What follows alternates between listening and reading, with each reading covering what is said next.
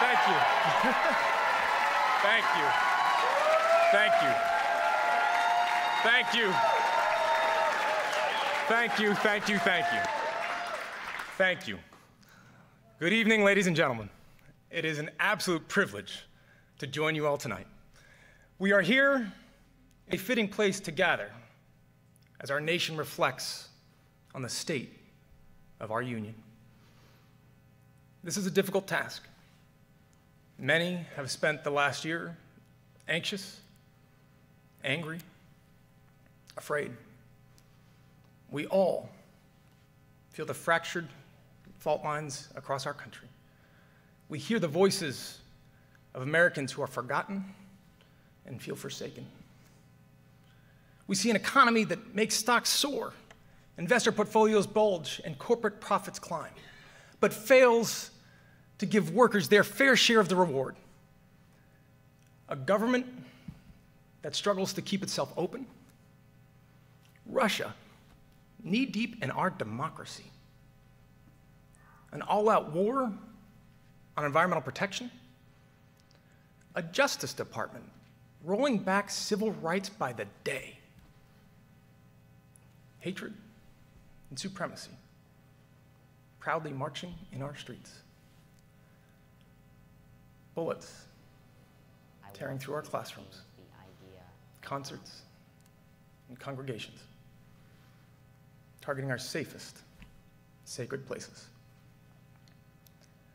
And this nagging, sinking feeling, no matter your political beliefs, that this is not right. This is not who we are.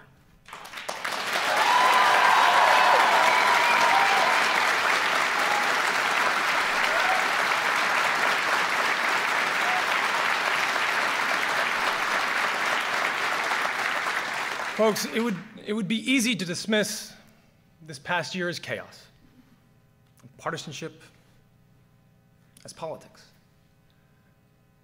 But it's far, far bigger than that. This administration isn't just targeting the laws that protect us. They're targeting the very idea that we are all worthy of protection. For them, dignity isn't something you're born with, but something you measure by your net worth, your celebrity, your headlines, your crowd size. Not to mention the gender of your spouse, the country of your birth, the color of your skin, the God of your prayers. Their record is a rebuke to our highest American ideal, the belief that we are all worthy, that we are all equal, that we all count in the eyes of our law and our leaders, our God and our government. That is the American promise.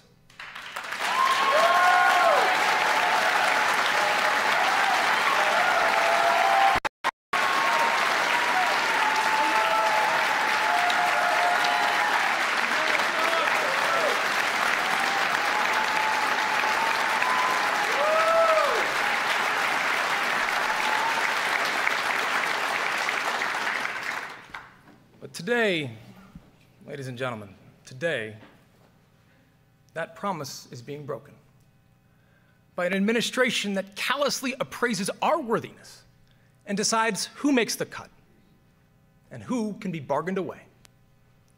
They're turning American life into a zero-sum game where for one to win, another must lose, where we can guarantee America's safety if we slash our safety net, where we can extend healthcare in Mississippi if we gut it in Massachusetts. We can cut taxes for corporations today if we raise them on families tomorrow. Where we can take care of sick kids if we sacrifice dreamers. We are bombarded with one false choice after another. Coal miners or single moms. Rural communities or inner cities. The coast or the heartland. As if the mechanic in Pittsburgh, a teacher in Tulsa, and a daycare worker in Birmingham are bitter rivals, rather than mutual casualties of a system forcefully rigged towards those at the top. As if the parent who lies awake, terrified that their transgender son or daughter will be beaten and bullied at school, is any more or less legitimate than a parent whose heart is shattered by a daughter in the grips of an opioid addiction. So here is the answer that Democrats offer tonight. We choose both.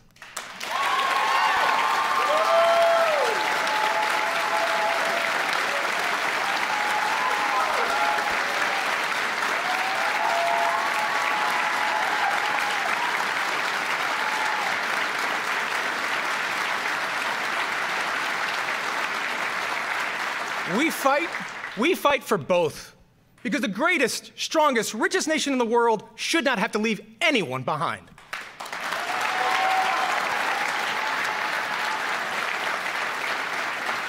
We choose a better deal for all who call our country home.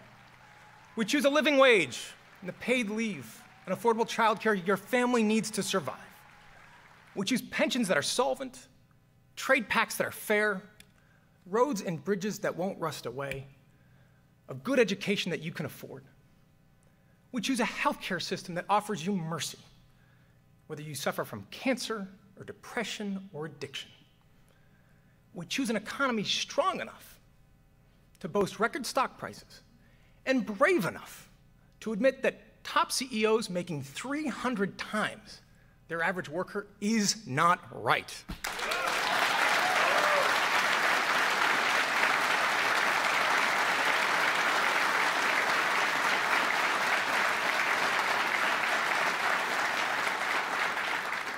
We choose Fall River. We choose the thousands of American communities whose roads aren't paved with power or privilege, but with an honest effort, with good faith, and the resolve to build something better for your kids. That is our story. It began the day our founding fathers and mothers set sail for a new world, fleeing oppression and intolerance.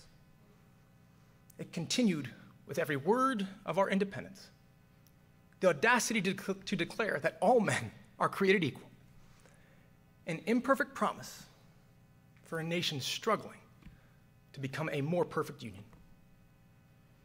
It grew with every suffragette step, every freedom rider's voice, and with every weary soul we welcome to our shores.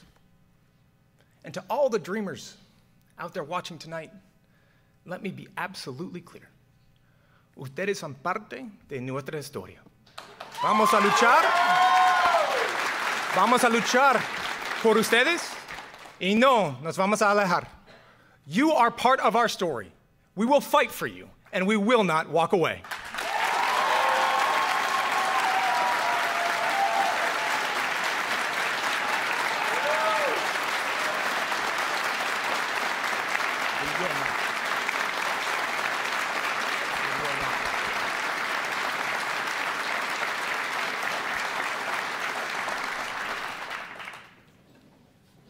America, we carry that story on our shoulders.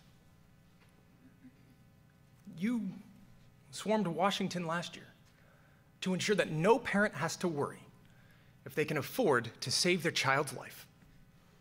You proudly marched together last weekend, thousands deep, on the streets of Las Vegas and Philadelphia and Nashville. You sat high atop your mom's shoulders and held a sign that read, "Build a wall, and my generation will tear it down."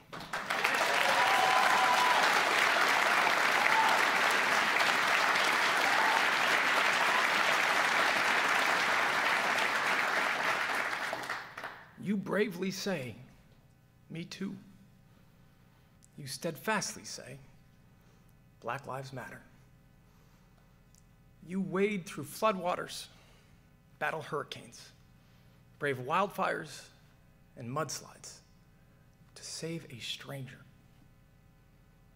You battle your own quiet battles every single day You drag your weary bodies to that extra shift so that your families won't feel the sting of scarcity. You leave loved ones at home to defend our country overseas or patrol our neighborhoods at night. You serve. You rescue. You help. You heal. That, more than any law or leader, debate or disagreement, that is what drives us towards progress. Bullies may land a punch. They may leave a mark. But they have never, not once, in the history of our United States, managed to match the strength and spirit of a people united in defense of their future. Politicians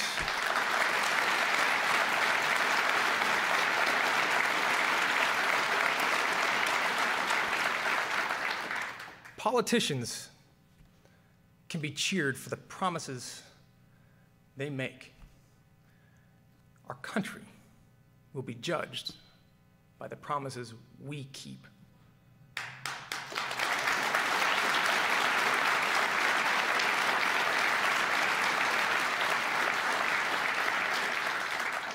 That is the measure of our character. That is who we are. Out of many, one. Ladies and gentlemen, have faith. Have faith. The state of our union is hopeful, resilient, and enduring. God bless you. God bless your families. And may God bless the United States of America. Thank you.